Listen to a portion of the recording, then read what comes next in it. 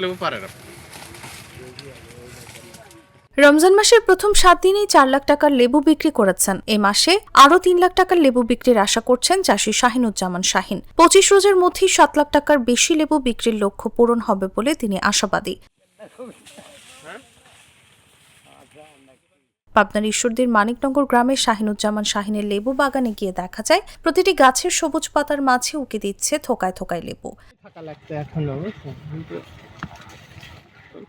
বাজারজাত করার জন্য শ্রমিকরা লেবু সংগ্রহ করছেন। লেবু বাগানের বয়স 2 বছর। 15 বছরেরও বেশি সময় ধরে এই বাগান থেকে লেবুর ফলন পাওয়া যাবে। পাশাপাশি সাথী ফসল হিসেবে মরিচ, কলা সহ বিভিন্ন শাকসবজি চাষ করেছেন তিনি। এরই মধ্যে সফল চাষি হিসেবে 2023 সালে কৃষিতে জাতীয় পদক অর্জন করেন। স্থানীয় ডেইরি খামার আমিরুল ইসলাম জাগো নিউজকে বলেন, আমি মোহাম্মদ আমিরুল ইসলাম। আমি একজন ডেইরি খামারি।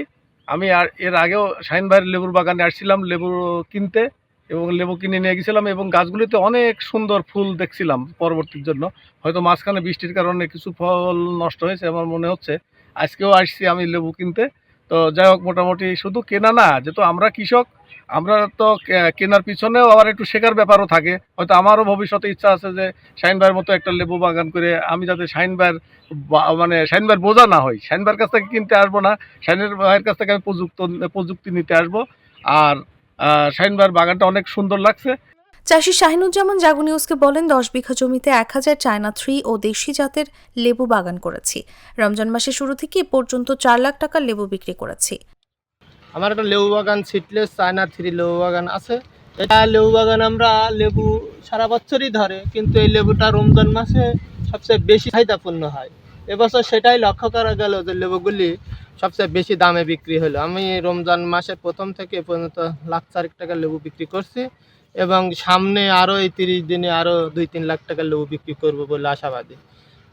আবার পুরা লেবুটা যদি বৃষ্টি না হইতো, এই বৃষ্টির কারণে আমার এখানে এই ছোট লেবুর সংখ্যা একটু কমে গেছে। ছোট ছোট ফুলগুলি আছে না, এই ফুলগুলি কম আসতেছে। এই লেবুগুলি সবই ঝরে যাচ্ছে। ঝরে না গেলে লেবুটা চৈত্র মাসের দিকে, বৈশাখ মাসে যে আরো বেশি বিক্রি হতো, কিন্তু এবার প্রথম একটা চালান বৃষ্টির কারণে মার হলো।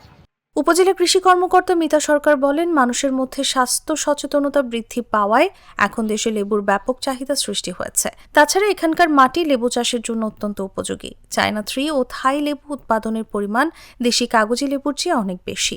বিশেষ করে রমজান মাসে লেবুর চাহিদা বেশি থাকে। কলা শেষ 2 বছরের ভিতরে কলা কাটি দিয়েছে, সব গাছে কাটি ফেলবে একটা করে।